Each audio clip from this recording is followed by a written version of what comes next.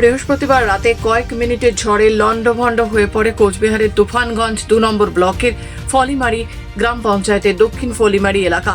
ক্ষতিগ্রস্ত বেশ কয়েকটি বাড়ি এবং ঘরের নিচে চাপা পড়ে আহত হয় গবাদি পশু। জানা যায় বৃহস্পতিবার রাতে আচমকা প্রবল ঝড় ওঠে।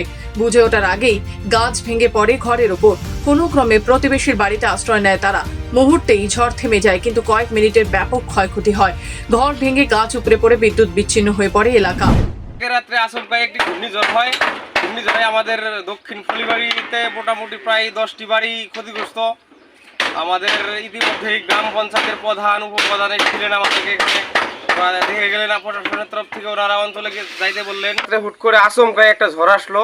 এই ঝড়ে মানে আমাদের বাড়ি যা আছে, বাড়ির 2টা ঘর একদম অলরেডি ফালাই দিয়েছে। এটা গোয়াল ঘরের মধ্যে মোটামুটি 5টার মতো গরু ছিল, গরুগুলো আহত। শুক্রবার সকালে এলাকা পরিদর্শনে যান ফলিমারি গ্রাম পঞ্চায়েতের প্রধান অনিতা রায়, উপপ্রধান পূর্ণিমা দাস সহ অন্যান্যরা। ঝড়ে ক্ষতিগ্রস্তরা প্রশাসনের কাছে সাহায্যের আর্জি জানিয়েছেন।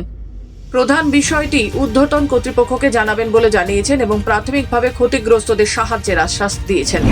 হ্যাঁ, আমরা আসলাম, আমি দেখে গেলাম, গিয়ে ঊর্ধ্বতন কর্তৃপক্ষকে জানাবো আমাদের তরফ থেকে, প্রশাসনিক তরফ থেকে কীভাবে কী করা যায় আমরা সেটার ব্যবস্থা নিই। পঞ্চায়েত প্রধানের আশ্বাসে আশাবাদী বিপর্যস্ত গ্রামবাসীরা। উত্তরবঙ্গ থেকে নিজস্ব প্রতিনিধি রিপোর্ট, খবর বাংলা।